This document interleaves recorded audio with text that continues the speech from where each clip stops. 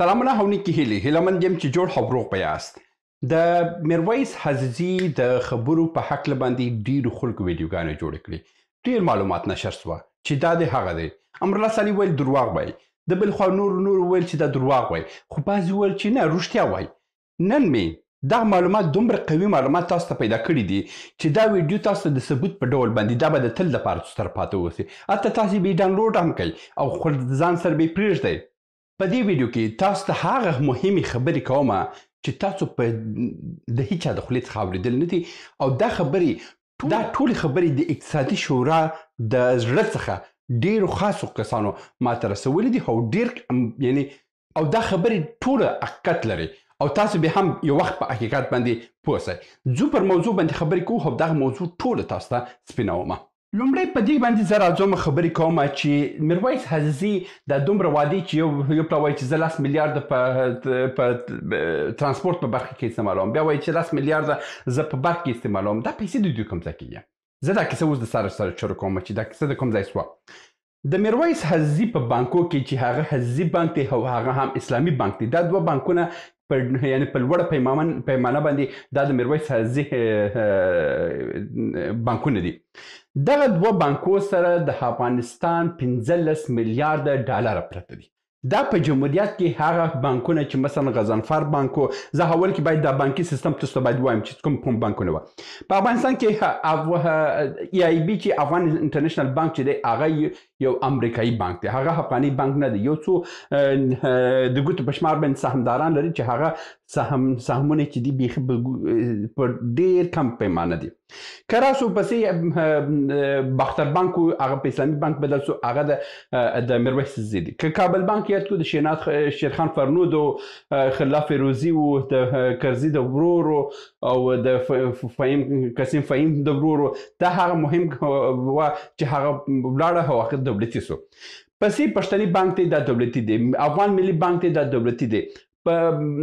که راسو بیا غضنفر بانک دی، غضنفر بانک چې دی هغه په لوړ پیمانه باندې د غضنفر خپل پیسې دي چې په افغانستان کې د ولسمشر کرزي په وخت کې ولسمشر غني په وخت کې هغه هلته اقتصادي شورا سلاکار هم وي او په هغه کې د رشید دوستم هم یو سام دی، د ډېرو نور کسانو سام دی. په کښې کې میوند بانک و، میوند بانک هم چې وي هغه هم د پخواني جمهوریتیانو د لوړو چارواکو سهم په کښې کې وي. بیا که در هغه راتېر سو دلته افغان یونایټډ بانک راځي. افغان یونایټډ بانک چې دی او دلته د جاوید جیهون او د کندهار د یو څو کسانو لوړ سهم په کښې کې پروت دی.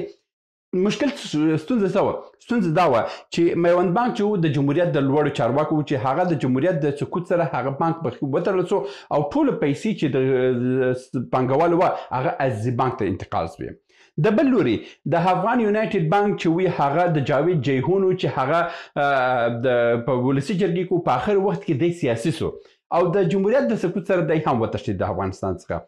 افغان یونایټډ بانک سره هم چې کوم غربي پروتوکولونه او قراردادونه وه هغه هم کنسل سوه او یوازې منیګرام ورته پاتې سو او یو د ویسټرن یونین یوازې منیګرام ورته پاتې سو او تر هغه که راتېر سو دلته کابل بانک دولتي چوکاټ کې پاتې سو، پښتني بانک، ملي بانک، دا درې بانک چې دي دا دولت تر چتر لاندې پاتې سوه او ډېرو تجارانو خو پیسې نه سوه چې د انتقال کړي. دوی هم خو پیسې راوړه عزیزي بانک ته راواړوله.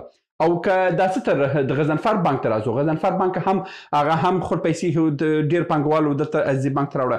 یعنې د میوند بانک ټوله پیسې دلته راغله. د ټولو بانکو څخه لوړه پیمانه پیسې دلته عزیزي بانک ته راغله. عزیزي بانک دا ځکه راغله چې عزیزي بانک خپل منابع په امارات کې د عربانو سره درلودل او هغه یو شبکه جوړه کړې وه چې هر ډول پیسې په هر د افغانستان او د نړۍ هر ګوټ ته یې رسوله او په همدغه خاطر باندې د عزیزي بانک او اسلامي بانک سره 15 میلیارده ډالر پورې دا پیسې په ذخیرو کې پرته وه او دا پیسې ټوله د افغانستان بانک سره وه. افغانستان بانک داسې یو سیستم لري چې بانکونو ته پیسې ورکوي په هغه اندازه باندې چې د دوی روانې چارې په روانې اوسي. مګر د جمهوریت د سقوط سره نوې کسان چې راغله دوی ویلو چې نه سود سته، نه سود به ورکوي، نه سود به اخلي، نه پور سته، نه پور به ورکوي. دا بند سوه او دلته نږدې 15 میلیارده ډالره په ټپه ودرېده. میرویس عزیزي په څو ځله راغی د ملا عبدالغني برادر سره پټې پټې لیدنې وکړې او په دغه لیدنو کې د دوی سره خبرې درلودلې چې دغه پیسې ماته پرېږدئ چې زه پانګونه وکړم او هغه هم د افغانستان په دننه پانګونه کوم، زه لاسه ته نه وړم، زه امارات ته نه وړم او دا لکه څنګه چې پخوا امارات ته وړل، اوس یې ویل چې امارات ته نه وړم مګر دلته ماته اجازه راکړه زه پانګونه کوم او نور به نه چاته پور ورکوم، خو دغه پیسې ماته راکړه زه خپله پکې کار کوم. په هغه وخت کې موافقه نه وه سوې. بیا دا و چې میرویس عزیزي ولاړ یو څو عربانې د عربانو پیسې پیدا کړي او عربانو د دې لپاره چې د ملا عبدالغني برادر خوشحاله کړي د افغانستان په اورګاډي پټلۍ کې د دوی پانګونې شروع شوې چې هغه ویډیو مخکې نشر شوې د هغه ویډیو وګورئ. هغه ویډیو کې دا اوس سروې هم روانه ده د اورګاډي پټلۍ چې د مزار شریف څخه داسې حل کوي او د اورګاډي جوړېږي هغه باندې کار هم روان دی. هغه ویډیو مخکې نشر شوې هغه وګورئ. هغه کوم دا تر دې حده چې دوی پانګونې ته راله او هلته راله په هرات کې خلکو ته مځکې ورکړې. دغه بعضې مرستې چې وکړې دلته د دوی اعتماد ترلاسه کړلو او په دې اخر کې راغلو د ملا عبدالغني برادر سره کښېناستی او ورته یې ویلو چې وروره زه دومره پیسې د بانک لرم او دا پیسې هم د ملت پیسې دي او تا هملته درولې بس ته اقتصاد دې په ټپه درولی دی، راکړه دا پیسې راکړه زه پانګونې کوم په افغانستان کې مګر زه بهر هم نه وړم. خو دا موافقه اوس سوې ده، دا موافقه اوس سوې ده او په همدغه د عزیز بانک هغه ټپې پیسې چې د افغانستان بانک سره پرتې دي دغه پیسې دوی اوس موافقه په دې باندې سوې ده چې دا په افغانستان کې د برق جوړولو فابریکې جوړېږي او دوی وایي چې کوم 10,000 میګاواټ چې ویلې دي او دغه 10,000 میګاواټه دوی جوړوي هم. دلته یو څو نورې خبرې هم سوي دي په دغه جلسې کې. یو دا دی چې د میرویس عزیزي یو بل د اونکس په نامه باندې یو شرکت دی چې دا د کور جوړولو شرکت دی چې دا هم د میرویس عزیزي دی. دغه د اونکس شرکت د جمهوریت د سقوط سره دی ولاړی افغانستان یې پرېښول او ولاړه برته امارات ته ولاړو. اوس یې ویلي دي چې دغه پیسې چې دلته بندې دي یو څه پیسې په برېښنا کې زه مصرفوم، یو څه هم برته د اونکس شرکت راوړم په هرات، کابل، مزار او کندهار کې په 4 ولایتونو کې زه د کورونو جوړولو داسې جوړوم، تعمیراتي سیستم جوړوم او دغه تعمیرات چې مثلا برج عزیزي دی او قصر بختاور دی او که راسو څو پروژې په کابل کې تطبیق کړي دي او دغه پروژې اوس غواړي چې په هرات، په کندهار، په مزار او په کابل کې په دې 4 ولایتونو کې هم دوی غواړي چې نور پروژې هم تطبیق کړي. د اونکس شرکت به هم راتلونکي څو وخت کې راځي او بیا به دې کار شروع کړي، بیا به دغه کورونه جوړوي او خلکو ته خرڅوي. دا وګوره دا کومې خبرې چې زه کوم دا به شاید راتلونکي 4 میاشتې یو کال کې دا به ستاسو په حقیقت باندې بدل شي او دا د اونکس شرکت او د عزیز بانک د کورونو جوړولو پروسه به هم برته شروع شي. د اونکس شرکت راځي او ورسره یې ویلي دي چې زه برېښنا کې هغه 10,000 میګاواټ برېښنا چې ده پر هغه باندې هم پانګونه کوم او دا کار هم کوم. اوس خبره دا ده چې آیا په رښتیا هم میرویس عزیزي دومره توان لري؟ بالکل لري، ځکه چې میرویس عزیزي سره دلته د خلکو پیسې پرته دي. دلته ګوره دلته د ډیرو پخواني سیاستوالو پیسې پرته دي. که یوازې د فوزیه کوفي یاد کو، فوزیه کوفي هم دلته ډیر کوششونه وکړه تر څو راسي د خپلې پیسې ویوسي، خپل خور یې راوستوله چې د دوی په منځ کې یو منځګړیتوب جوړ کړي. که همدغه ډول باندې نور د پخواني پارلمان وکیلان وګوره ځاله کابل ته راله د دوی سره اړیکې جوړې کړې او خپل پیسې برته ویستلې. همدغه پیسې دي چې د میرویس عزیزي په بانک او نور بانکو کې ورسره پاتې وي.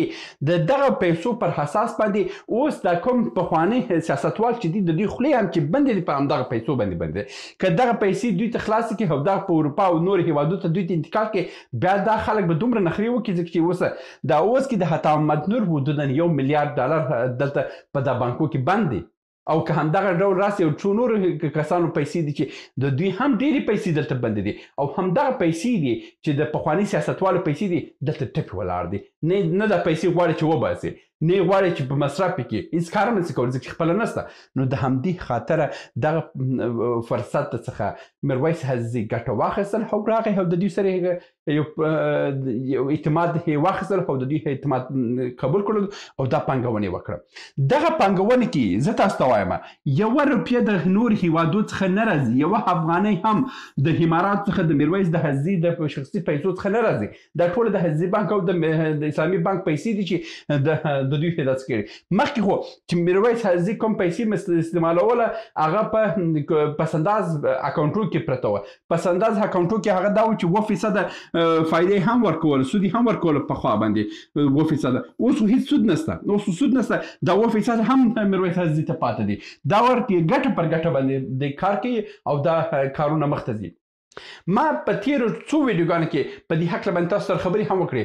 ما دغه مشوره په هغه وخت کې هم په ویډیوګانو کې درلودله چې بندي پیسې ته باید حرکت ورکړي او که د بندي پیسې همدغه رقم بند پاتې سي د افغانستان سرنوشت تباه کوي، د افغانستان راتلونکي تباه کوي او افغانستان در په در کوي.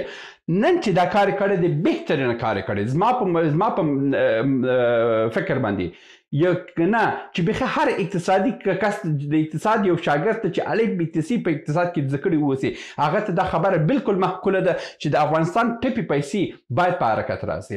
دا کوم پیسې چې په عزیز بانک کې دي، په کابل بانک کې دي او په اسلامي بانک کې دي، په غضنفر بانک کې دي، په ملي بانک کې دي، پښتني بانک کې دي، دا بانکونه د پیسې د ټپي پیسې باید په حرکت راوړي. دلته باید تجاران ته برته پورونه شروع سي که هغه ته یو اسلامي لاره جوړیږي هغه باید جوړ سي او کار هم په روان دی. په نږدې راتلونکي کې تاسو د هغه شاهدان هم به واوسئ چې دوی په یو ډول باندې د پورو ورکولو پلان هم دوی شروع کړی دی. اوس راځم پر د پورو په حساب باندې چې پورونه سر کم ورکوي. میرویس حزي په دویم برخه کې په دې حق لمنه میرویس حزي چې هونکس شرکت فکر کوم هم دغه ډول باندې لیکل کېږي.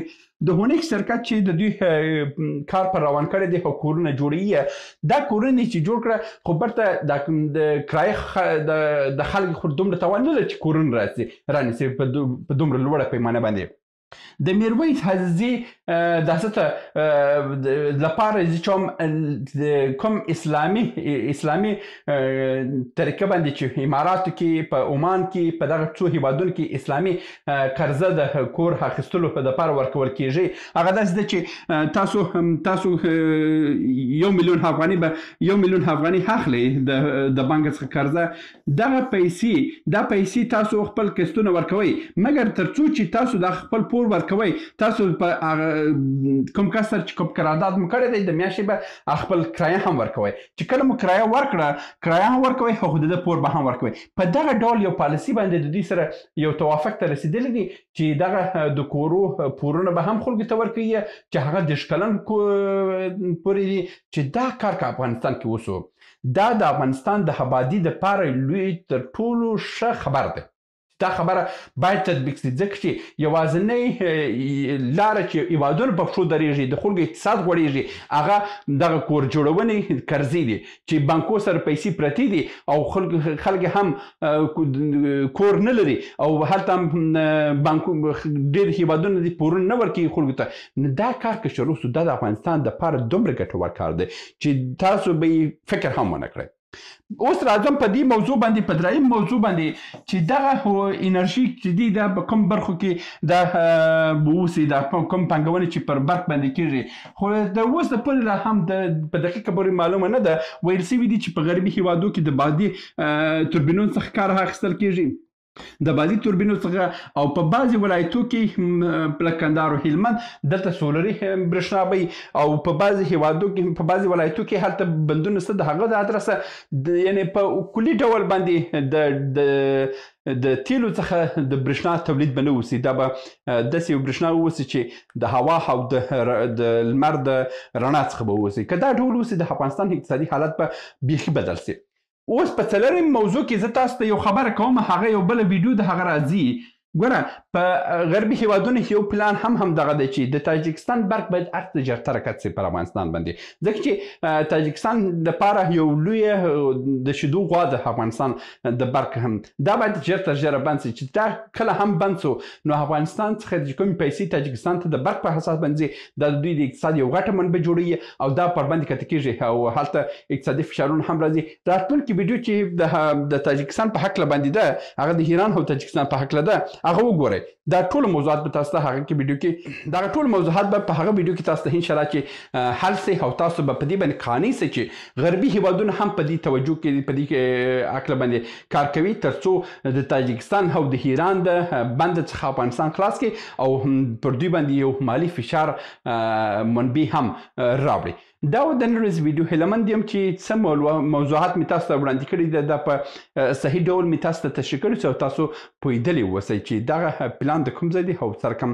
دا تطبیق کېږي هیلهمند یم چې ورځ کې موږ هم یو آباد او سرلوړی افغانستان ولرو او دا کوم کار چې سوی دی بالکل ښه کار سوی دی تر بیا هم په الله سپارم ښې چارې سلامونه موږ ډېر موضوعات جوړ کړي دي که سیاسي موضوعات غواړئ ووینئ نو دلته کلیک کړئ او که غواړئ اقتصادي موضوعات وګورئ نو دلته کلیک کړئ او که غواړئ چې د تل لپاره راسره واوسئ نو دلته کلیک کړئ او چینل سبسکرایب کړئ